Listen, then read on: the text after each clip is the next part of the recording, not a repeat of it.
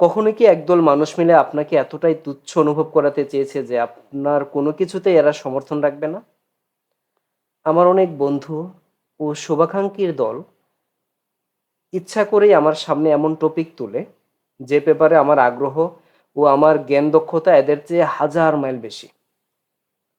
কিন্তু আমি বলতে যাব এমন মুহূর্তে পূর্ব পরিকল্পনা অনুযায়ী এদেরকেও বলা শুরু করে সবার মনোযোগ তার দিকে। আমি তার বলা শেষ হওয়ার অপেক্ষায় থাকি।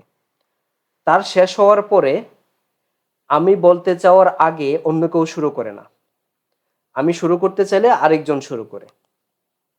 আমার কথা বারবার আমার গলাতেই আটকায়।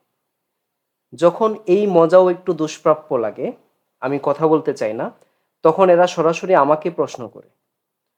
আমি উত্তর দিতে গেলেই আগের মতো এদেরকেও বলা শুরু করে সবার নিরপেক্ষ মনোযোগ তার দিকে।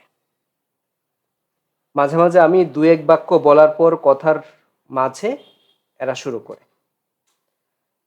আমার সব কথায় অন্ধ বিরোধিতা।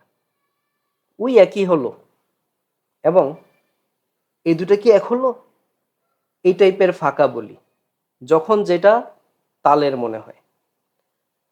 এমন আঘাত থেকে আমি শিখেছি অন্যের কথা মনোযোগ দিয়ে ও সস্তা জাজমেন্ট সম্পূর্ণ দূরে রেখে মানুষটির চোখ দিয়ে পৃথিবী দেখে দেখে মানুষটিকে শোনার যে গুণ আমার আছে, সে গুণ আমি যদ্দূর বড় ভেবে এসেছি সেটা তার চেয়েও অনেক অনেক বড় গুণ।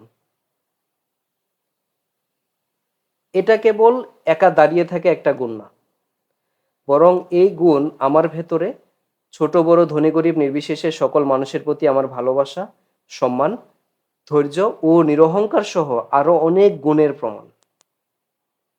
মানুষের পৃথিবী গড়তে এই গুণের শক্তি ও সম্ভাবনা নিয়ে আরেকদিন বলবো ইনশাল্লাহ।